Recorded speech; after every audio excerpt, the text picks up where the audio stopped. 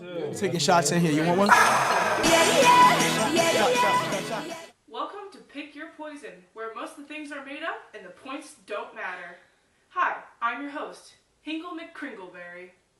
Here are contestants for the day. We have on the right, returning champion, Barbie Starshine. And our new contestant, Elizabeth Catherine Alexandria Charles III.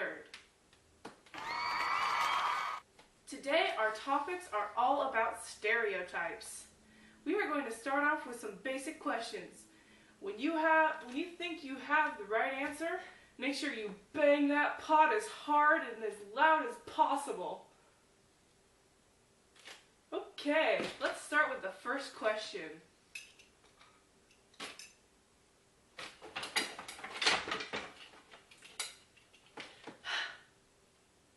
Ready? The first question is, define what a stereotype is.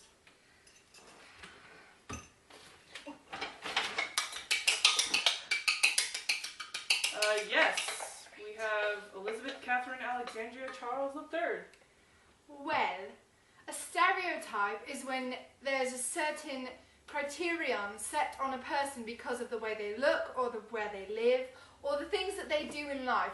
So it is pre-set up for themselves. For example, Barbie over here is the example of a stupid blonde. She probably can't drive very well.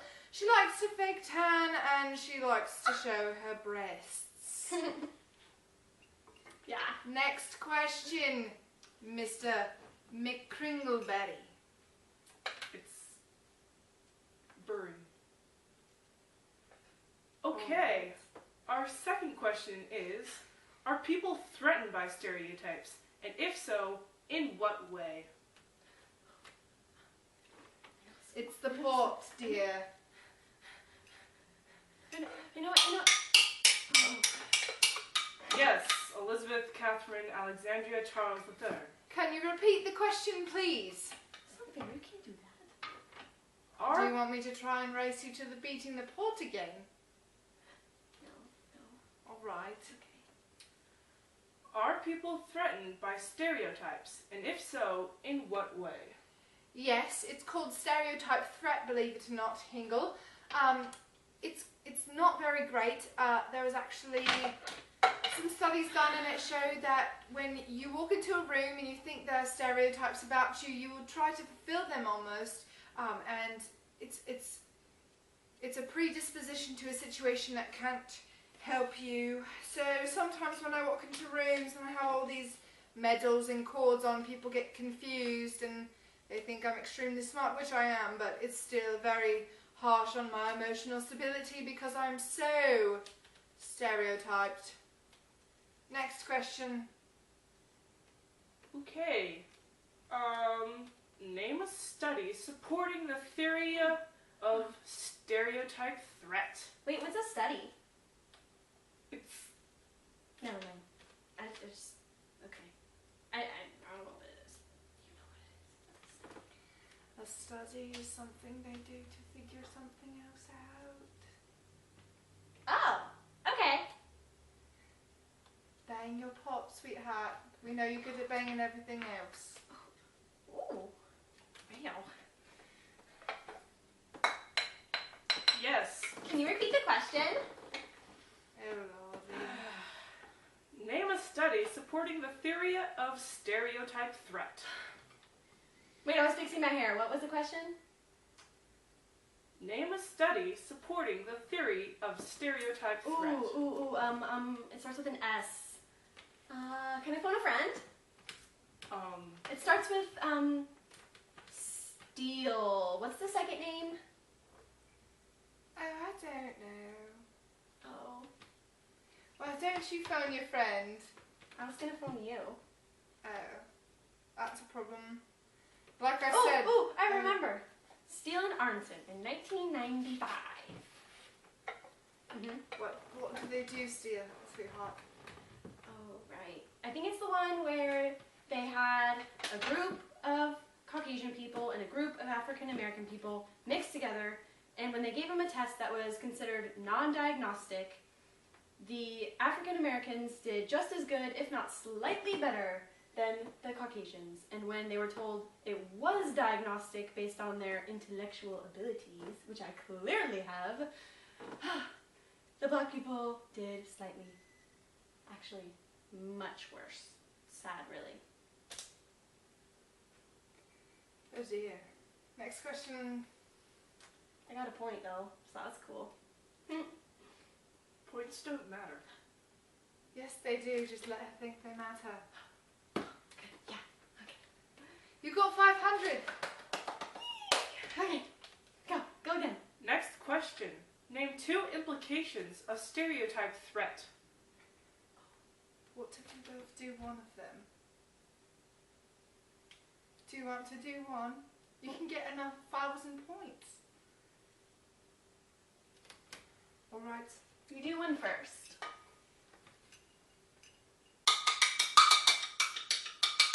Yes, Elizabeth Catherine Alexandria Charles. I'm not finished!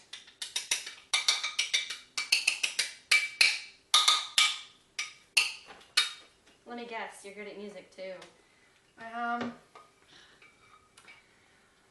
One implication of stereotype mentioned by Miss Starshine is that specifically with African American people, it is a stereotype that they are less intelligent than others, which is unfortunate, which is not true.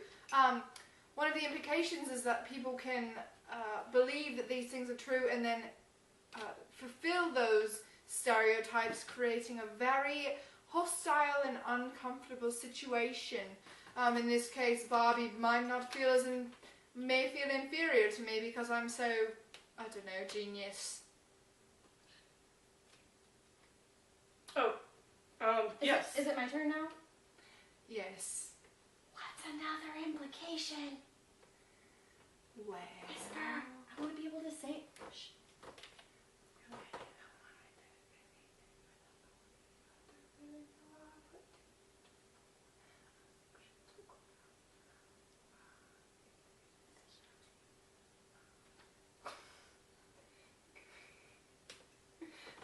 Well,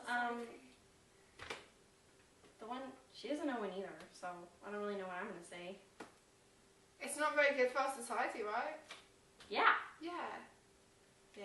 It puts people down in society and makes them feel lesser of people when really they're just the same, just like me and you. And maybe they might not be able to fulfill their full abilities because of these stereotypes we put on them. Mm-hmm. Mm-hmm. What is self-handicapping? Do you know it? Maybe. What's it? Is it the same as, no. I think you wrote it on your hand. Check your hand. You forgot. Yes, Barbie Starshine. Self-handicapping. That's when you are aware of a stereotype and so you kind of lower yourself down to fit the stereotype, even though you know subconsciously that you're way better. So like, if I were to self-handicap myself, I'd be acting like this on purpose. No one would know that I'm actually a genius, right? Right. I dumb myself down on purpose. Alright.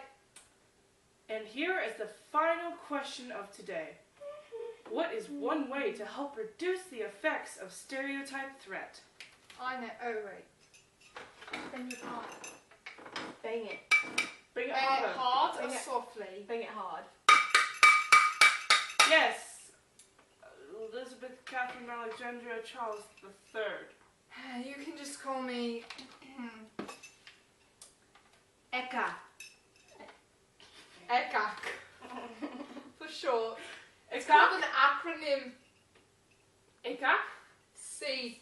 Alright, so one way that we can reduce stereotype threat is by education, telling people that it exists and making them aware about what they are subjected to as a group of people that may have a stereotype associated with them. Do I win? Wait, I want to win. Daddy, why can't I win? Tell him to make me win. You suck. Well, we just tie. We'll tie. It'll be a tie. And that concludes this episode of Pick Your Poison. Jazz hands. Jazz hands, Bobby. It's good for you.